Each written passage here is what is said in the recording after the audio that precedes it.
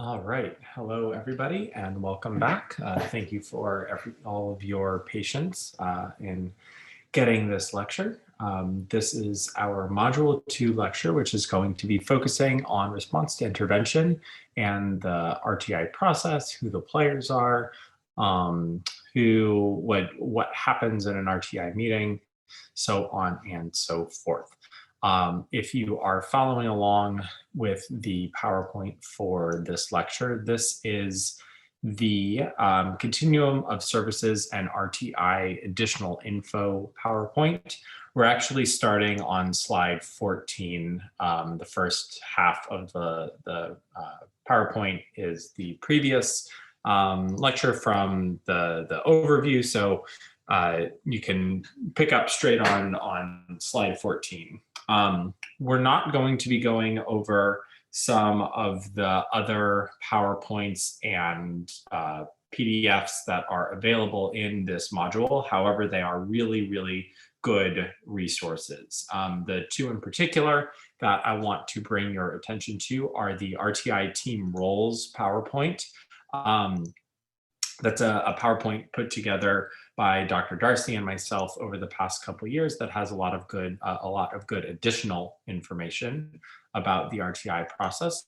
Some overlapping information, but it is largely additional. So do take a look over that one. And then the second one is this more info on RTI document, the PDF that's there, that was put together by the publisher of one of the books that we've used in the past, and it's really more of an in-depth informational resource on response to intervention. It's put together as what's called an issue paper, which kind of outlines in much more detail the history, the uses of the benefits of the RTI procedure, where it comes from, the laws that it's related to, so on and so forth. So really do take a look at that. A lot of the information that is available in that PDF is going to be able to help with the assignments that are going to be due for this module. At the end of the lecture, I will go over the assignments for this module, the mock RTI, the second collaboration log, and the discussion forum. Kind of the nuances of what is going to go in particular into the mock RTI assignment. I'll wait on explaining that in more detail.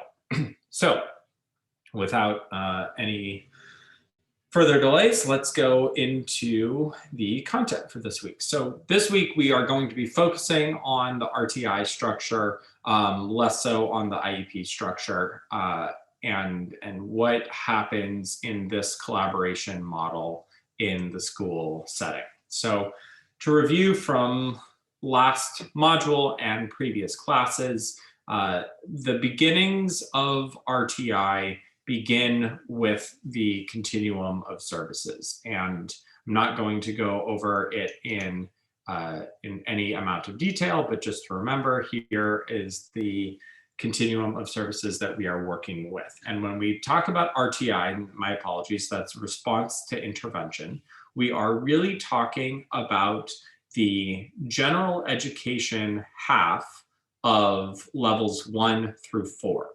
So when we refer to RTI, this is kind of how the general education teacher population works with students prior to entering into special education.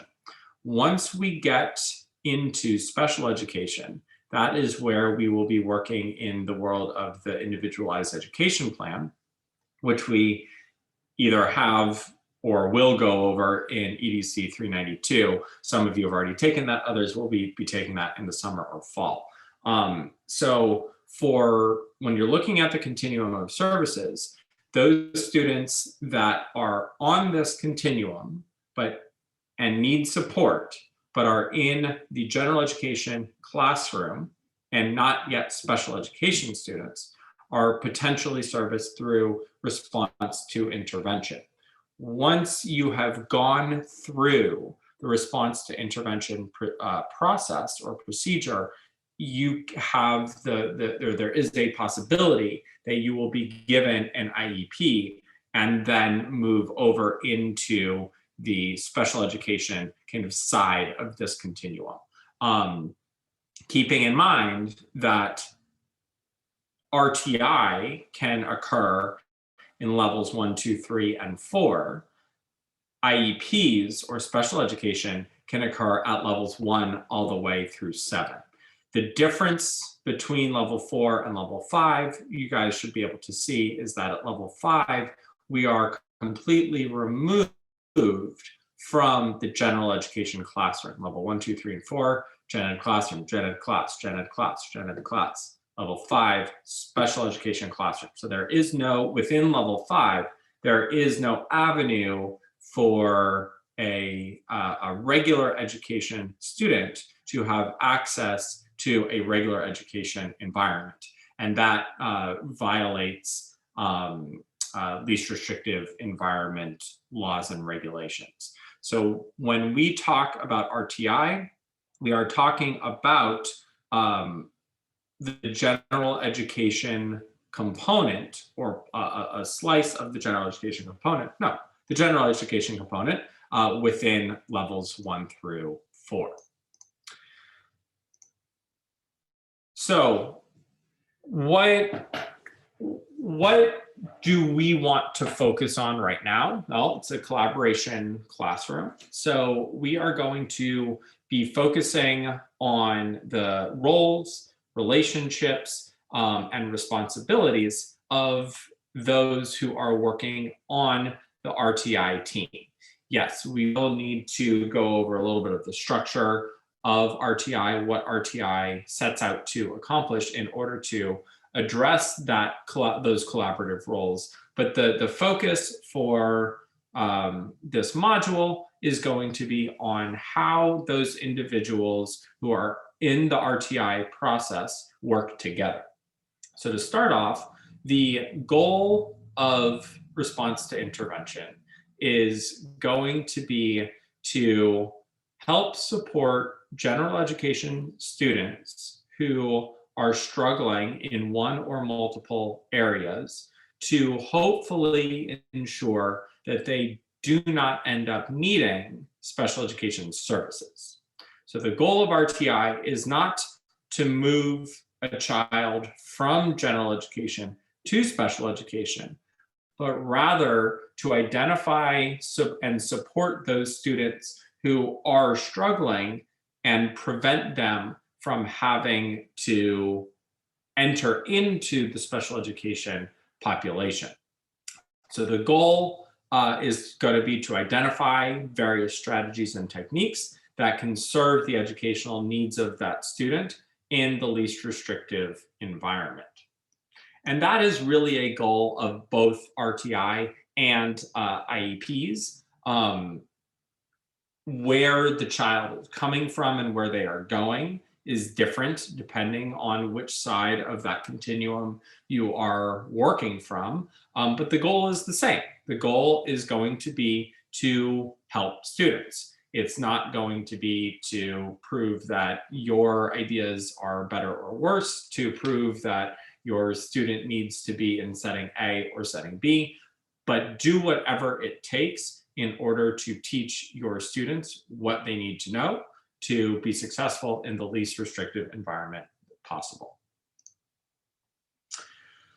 All right, so before we can talk about collaboration in any sense, we have to have a little bit of a conversation about what the structure of RTI is, what the purpose of, and what it looks like overall. All right, so not all students who not all students who end up in special education begin their school age years with a diagnosis.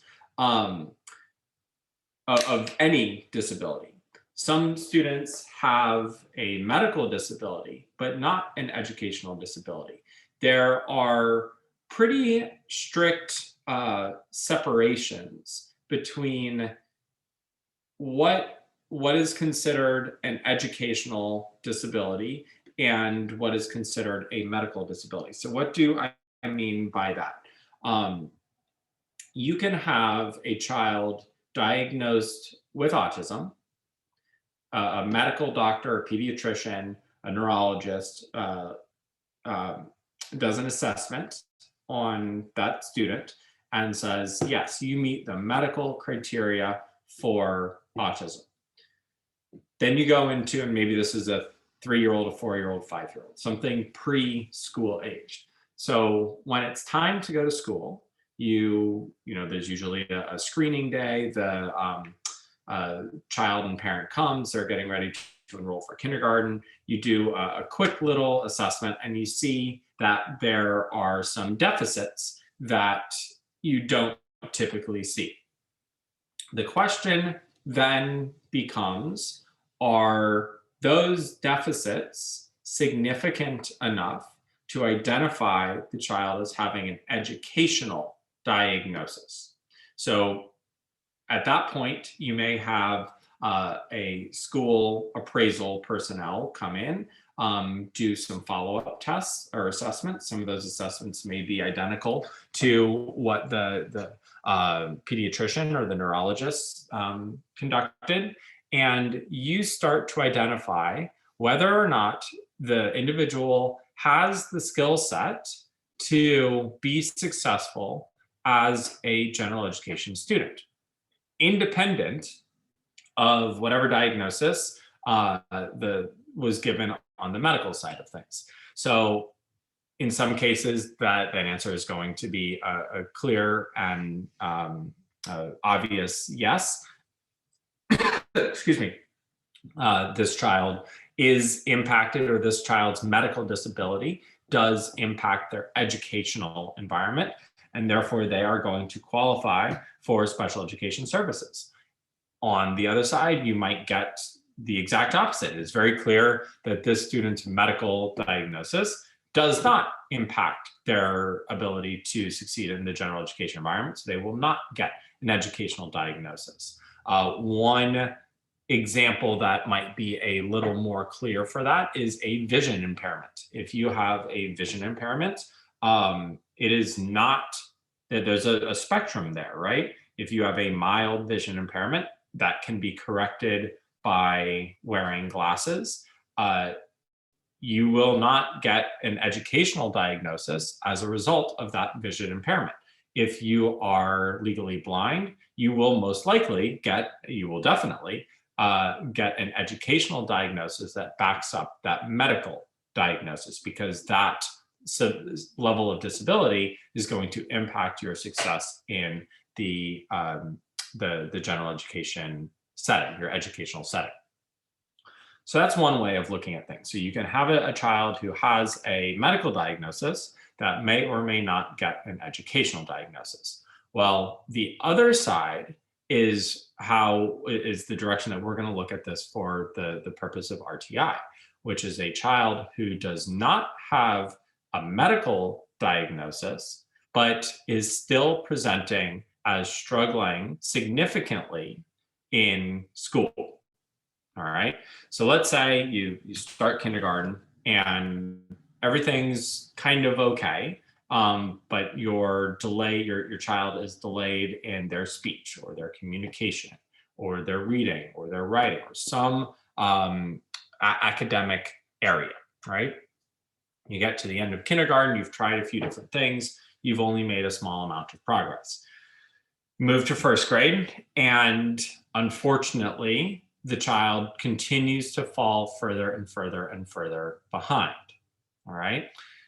At this point, the school is in a little bit of a pickle. They're in a bad situation where you have a student who, for a year and a half, maybe, has been presented with regular education material and is not succeeding in the on the curriculum. They're not learning what they're supposed to be learning. Now their academic levels are maybe closer to or equal to those students who had previously received an educational diagnosis, maybe when they first started, maybe soon after, right? However, there is no evidence to, in this world that I'm painting, there is no evidence to provide special education supports for that student. So this issue was a significant issue until the early 2000s, which is when the RTI process was really put into place. And what the RTI process allows for at the end of the day is to provide a means for schools and school districts to provide support to students who are struggling, increase that support when those students do not respond to earlier supports, and given high quality supports that the student does not respond to, be able to use that evidence to provide an educational diagnosis. So again, these are for students that do not have a medical diagnosis and had not yet shown that anything really should be impacting their educational environment, right? Or their educational abilities. So what happens instead is this three-tiered model where we go from whole class to small group, and I'm highly oversimplifying this, but whole class to small group to individualized instruction, with our interventions getting more and more directed at each level. And if the child still does not respond to any of those interventions, then we as a school have evidence to move the child from the regular education environment to the special education environment and provide them an IEP. If you remember back to 392, or as you will see in 392, looking at the different categories of disability, one of the disabilities that's on there that's a high incidence disability, it's very common, is learning disability. Learning disability is a highly general term that is almost used as a catch-all for these types of students, right? It is rare that you are going to go through the RTI process, end up at the door of the IEP, and get a diagnosis of autism, right? It's rare that the educational world will diagnose autism before the medical world does. There are certain disabilities where they only exist in the medical world, and we the educators rely on the medical field for a diagnosis. We're not, educators are not going to diagnose something like Down syndrome. That is a purely medical diagnosis that can be, that most likely will have an educational impact. But learning disabilities, on the other hand, don't necessarily, or children with learning disabilities, more than likely do not have any medical impact. They're not, there's no genetic concern. There's no, not necessarily an environmental concern. There's not necessarily, something medically impactful that should or regularly does lead, or predictably does lead to students having some sort of educational concern. But still, the child is not succeeding in that general education environment. So the RTI process allows the school an avenue beyond medical and educational testing to diagnose, and provide educational supports. So what is the actual RTI model? How do we go from general education environment to special education environment? Most of you have seen this before. We have either 3 or 4 tiered model. In some states where they do have that fourth tier is often actual special education, but RTI itself is a 3-tiered model. And moving to the graphic, which I think makes it a little bit easier to understand, most of your students, so everyone, it's important to understand that everyone in the general education population exists in the RTI model. The vast majority of your students are in Tier 1 RTI, which covers 80% of the student population. Tier 1 is your general education curriculum, general education instruction, general education behavior supports, what you do without thinking. Your school gives you a curriculum, whether it's Eureka or they use all sorts of reading curricula now, but Wit and Wisdom or Harcourt Trophies or whatever they're going to be, and you teach. You don't ask any questions. You say, this is the curricula that we are using. Everyone is going to be exposed to it. That's your Tier 1 curriculum.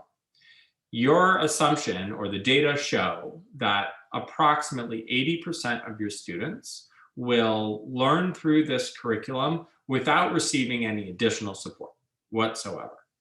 All right. On the behavioral side, you have really preventative strategies for monitoring behavior. For better or worse, in most classrooms, this ends up being your red, yellow, green flip card system. Many of you know how I feel about that, know that I do not like that system overall, but it is there, it is available. That is your Tier 1 support. And most of your students are going to respond to that. And that's good. That it's an easy system to implement. I'm not going to say it's a reinforcement system, but most of your children will maintain good behavior because they don't want to have their card flipped on a daily or weekly or monthly basis. That pizza party, that extra, book fair trip, that whatever it is that the school is providing as a reinforcer at the end of the 9 weeks, that is enough motivation for your students to keep going. At the classroom level, those are often your bucks or your points or coupons or treasure box, things that the whole class is exposed to or given access to and are successful with are your Tier 1 interventions.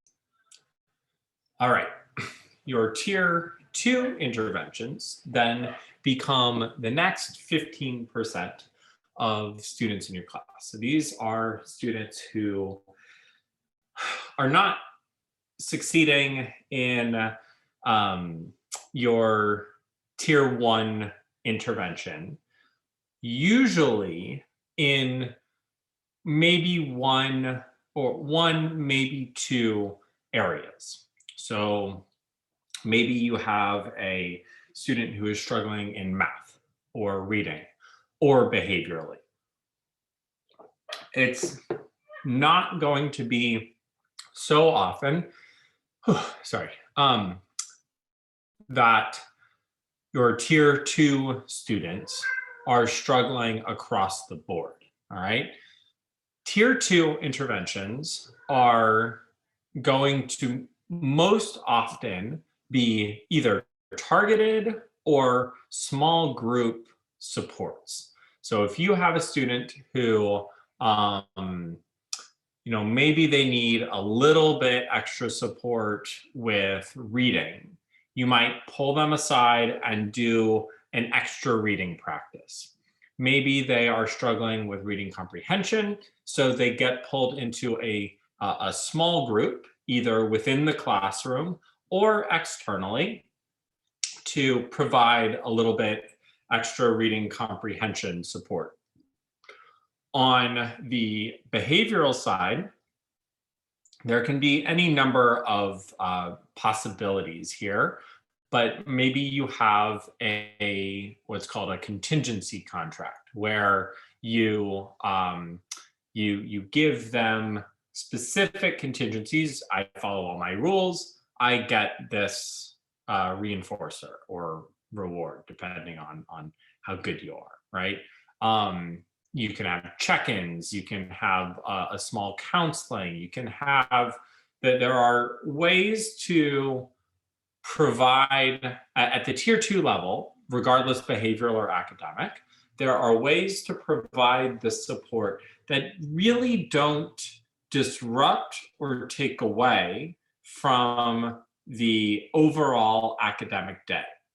Your students who are getting tier 2 supports are most likely also still being exposed to the tier 1 curriculum, tier 1 behavioral support as well. The tier, like I said, the tier 2 support that you are providing is almost going to be a carve out within the overall tier 1 environment. A small percentage of your students are going, a very small percentage of your students might need tier 2 support across the board in math, in reading, in ELA, for behavior. Hopefully it's only one of those two sides, but it's definitely possible that it could be across the board. Those students are often the students that end up in tier 3. Your tier 2 students who are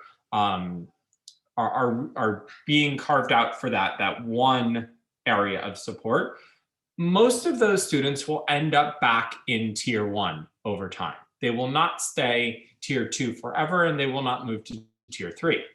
But a small percentage of those students still will not respond to your tier 2 supports, and as a result, will need to go into tier 3. So your tier 3 students are your students who are most at risk for moving into special education. And that level of risk is not necessarily determined by how far behind they are or what the actual content that they are struggling with, but rather the fact that they have already not responded to tier 1 and tier 2 interventions. So they're at risk because there's already been 2 curricula or 2 levels that they did not succeed in. So at tier 3, now we're really focusing on, in most cases, it's going to be individual instruction, individual intervention, individual behavior support, really targeted to the deficits of the child. And some of those students will respond to those interventions. Some of those students will not. And those that do move back up into tier 2 and hopefully into tier 1. Those that do not, you now have the data to move them from the general education environment into the special education environment because you have tried all these different levels of supports. Even at the tier 3 level, you are still being exposed to the tier 1 curriculum most of the time. And then the support is to support that tier 1 curriculum. When we move to special education, what we are saying is that no matter the curriculum or no matter the support, that tier 1 curriculum is not appropriate, and that tier 1 setting, the large group setting is not appropriate for that student.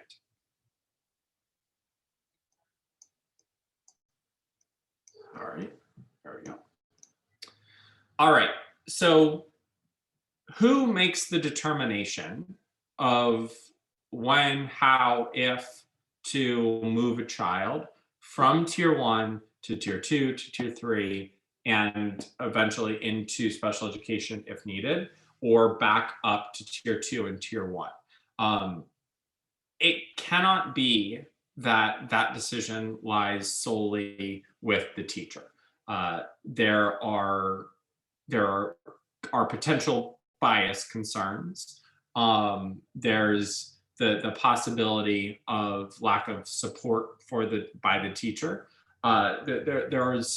It's too much, both from a classroom standpoint and from a kind of overall educational standpoint, to put the onus completely on the teacher to know everything that they should do for all their kids at all times. Now, it sounds like that is the job of a teacher, right? You have to be a jack of all trades, but that's kind of the old school way of thinking about it. The RTI process admits that it takes a village. It takes the whole school community in order to support these children. And that's where the RTI team comes into play. So what is the RTI team overall? Well, let's start with, no, I'll just jump in. So the RTI team should represent a cross-section of the school. You have general educators, you have special educators, you have administrators, you have support personnel, you have educational diagnosticians and reading specialists and PE teachers or a science teacher. And each of these positions within the RTI team, and they're not so strictly defined. Not every school has to have one of each of those categories that I labeled. But the benefit of having that diversified group is that each of those individuals brings a unique set of experiences, knowledge, and information to the table. So if you yourself are not familiar with a wide array of reading support strategies, you're going to want a reading specialist on that team who might be able to help you. If you are struggling with behavioral support, maybe you want a counselor, maybe you want a special education teacher to be able to provide different ways of looking at providing behavioral support for that child. So the team approach is really to broaden the knowledge base of available interventions, and as part one. Part two is to have a team that's available to analyze and understand what the data mean, and have we done enough to move the child from one to another. All right, so what does then the process look like? What here, before I get into that, this is kind of what I said. Okay, yeah. So what does the process look like? Well, based on my experience when I was on the RTI team, it was a challenging bit of a day. So a day is set where you, the RTI team, are going to convene and hear all of the RTI cases. Usually, or for us at least, this was a monthly meeting. We would hear an individual case anywhere from 2 to 4 times over the course of the academic year. But there are different kids or different teachers bring different kids or cases to the team at different points. So we met every month, and it was just like back to back to back to back to back. So it might be 5, 6, 7 different cases that are heard on over the course of the day. Depending on where the child is in the RTI process, it could be a quick 15-minute check-in saying things are going well. We're going to keep doing whatever intervention that we are working on, or it can be a longer. I'm really stuck. I need a lot of support. Let me go over everything with you. Or it could be the kind of the longest possibility where we are moving, we call a parent in where we've done tier 1, tier 2, tier 3, and we are actually ready to move a child into special education. So the actual structure of the meeting is very collaborative in nature, and this is where the rubber really meets the road in terms of the collaborative opportunity here. So a teacher comes in and they're going to start by giving a little bit of background of the student and present the data that they have collected in order to not make any sort of a case, but to just paint a picture of what the needs of the student really are. So if we are focusing on a child who is struggling with reading comprehension, we're going to want to see samples of reading comprehension work or responses. We're also going to want to hear about how fluent the child is with reading. How are they with their writing? How is their language? All this information. Same thing goes for math, same thing goes for behavior. So the RTI meeting really becomes this focused data share in and around the area of greatest need for the student. Once the data have been presented, the teacher will hopefully have shared what specific interventions they have already tried. My student was struggling with reading fluency, so I made sure that while I did a reading fluency check or instruction with all my students once a month, that I was doing this with my child once a week. All right, so I was providing a little extra support. My child was really struggling with their math facts, so I gave them an extra math fluency assignment for homework every day, something like that. No teacher should come, unless they're just completely baffled, unless they're just completely baffled, no teacher should come without having tried something, right? There is that expectation there. But once they've tried something, now it becomes the job of the team, the RTI team, to work together to try and figure out what possible interventions the teacher could try, and probably more importantly, does the teacher have the ability to implement that intervention, or are they going to need support, most likely from one of those team members? Let's see where we're going here. Okay, cool. There are a couple of mock RTI meetings on Moodle, and I want you to make sure that you watch those. And what you should see from those meetings is that once the teacher has finished presenting the data and turns it over to the case over to the team, it is a laid back, collaborative discussion. If you contrast that with the IEP meeting, the IEP meeting is very structured. I talk, then you talk, then he talks, then she talks. We read this report, we do that report.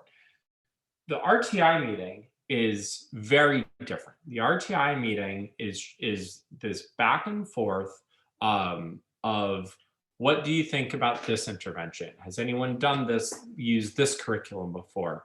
What if we looked at the data this way? Has anyone tried this sort of behavioral support and think that it might be useful for this student? It is just really a pure collaboration of ideas. It's let's put it all out there and see if we can figure out what is the best possible solution for the student. Again, in the IEP meeting, everyone has very specific roles, right? My job is to report on the area of the child's education that I worked with and present my goals and what I'm going to be doing over the next year. In an RTI meeting, that's not the case. There is no specific job of any one individual to come up with a solution or to set a goal or to do anything, right? It's working as a team. If for example, let's say I am a behavior specialist. A child comes in with a specific math problem. I might not have the knowledge or know-how to provide meaningful information on this kid. That doesn't mean I can't or shouldn't participate, but the interventions that we come up with and the support for that intervention probably isn't going to come from me. A behavioral candidate comes in or case comes in, and the reading specialist is probably going to be in that role that I was just in.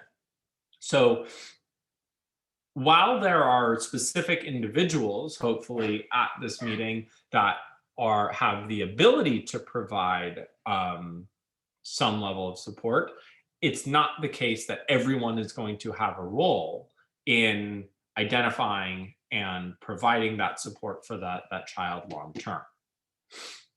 Once the team as a whole has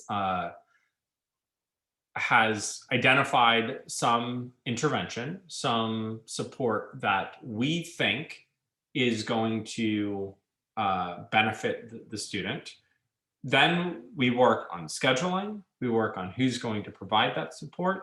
Is this going to require maybe some small group work? Is that small group work going to be in the classroom or out of the classroom? Is that going to be done by the teacher? Is that going to be done by a counselor? Is it going to be done by an administrator? Who is going to actually do the work? And probably most importantly, what data are we going to look at to, there we go. What data are we going to look at to ensure that we can evaluate whether or not this intervention or strategy is or is not working? After we've gotten through all of that, we come up with a timeline. We're going to follow up in 2 or 3 meetings from now, 8 to 10 weeks maybe, giving the intervention an opportunity to actually play out. It doesn't do us any good to come back in 3 weeks. We all know that in the school system, 3 weeks can mean anywhere from 2 to 15 days of instruction. That's not a lot of time. So we want to make sure that we have given the intervention some time to actually be successful. When we come back, well, before we get there, oftentimes someone from the team is assigned to, whether or not they are the ones who are implementing the intervention, someone is assigned to the teacher or to the case to provide support, answer questions, follow up, to be a point person for that teacher to actually to have support, to they have someone else. They don't feel that they and their student are on an island.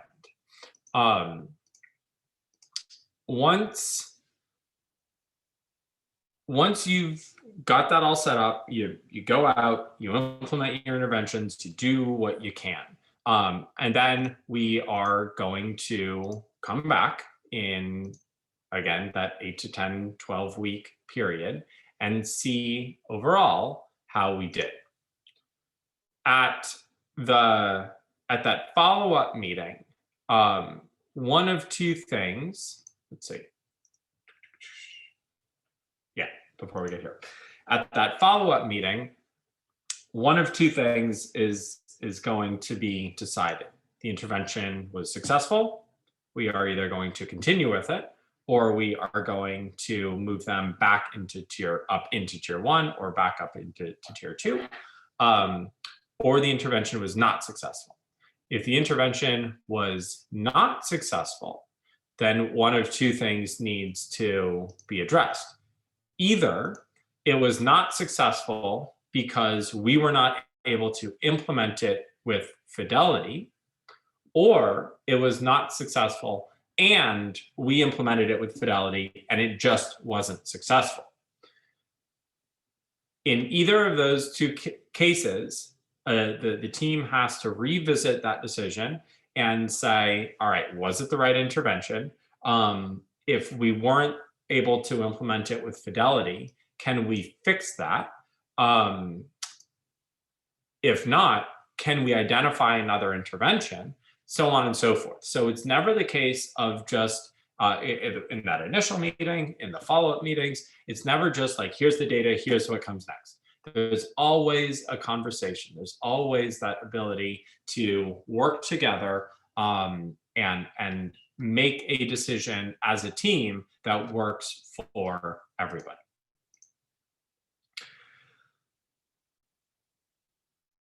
I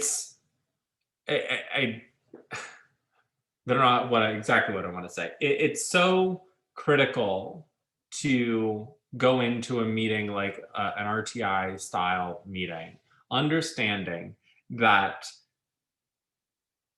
there's the whole thing is going to be collaboration and communication. You don't have that process. You don't have that structure the way you do with an IEP meeting, and that looser structure is really beneficial for discussion and problem solving. It can also be really challenging then for accountability. Following up in these RTI meetings is much harder than on an IEP team, because it is looser. If everything goes well, it's easy to just kind of lose track of where the student is. If things are not going well, it's honestly just as easy to lose track. So we need to be honest with ourselves. We need to be open with each other about what is actually possible to do and how realistic it's going to be for us to follow up in meaningful ways. If we're not able to do that, then the whole meeting is for naught, and that collaboration is just kind of falls by the wayside. So having these good relationships with your teachers, having these good interactive discussions with each other is not just a major key for success, but is critical to maintaining that open line and really being able to make sure that you follow through without kind of the hammer of the IEP to make sure that you're doing it.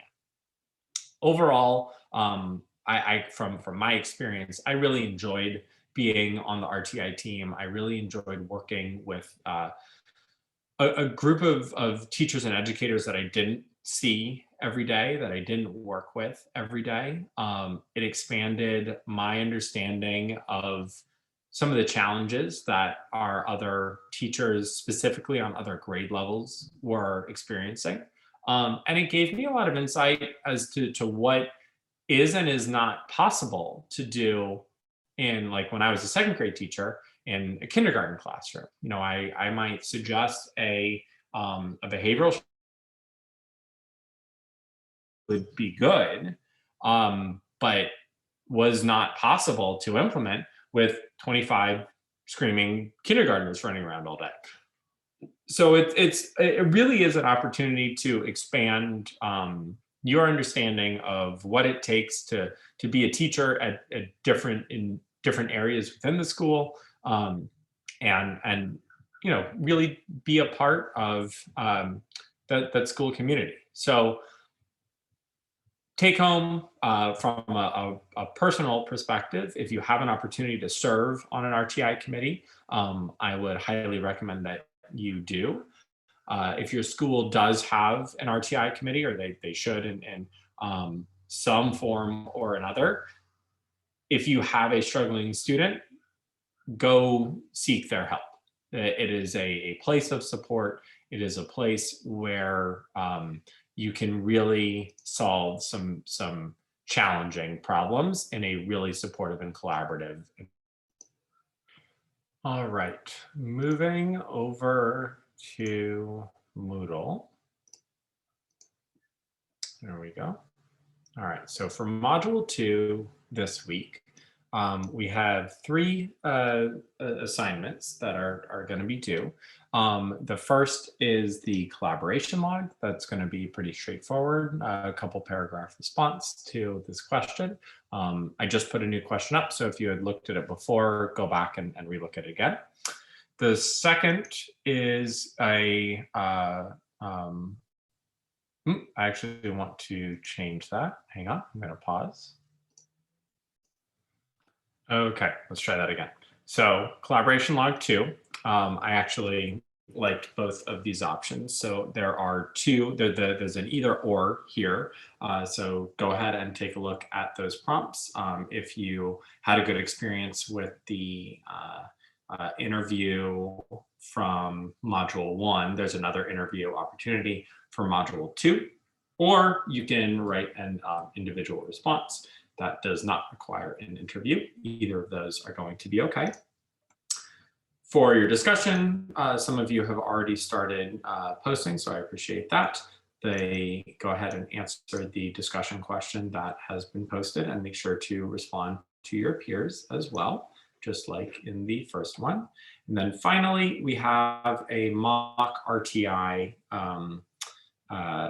assignment. So this is going to be either an individual or a group assignment. Everyone needs to turn an assignment in. So regardless of whether you work by yourself or in a group, if you're in a group, everyone's name needs to go on the paper, but everyone needs to turn in their own individual paper as well.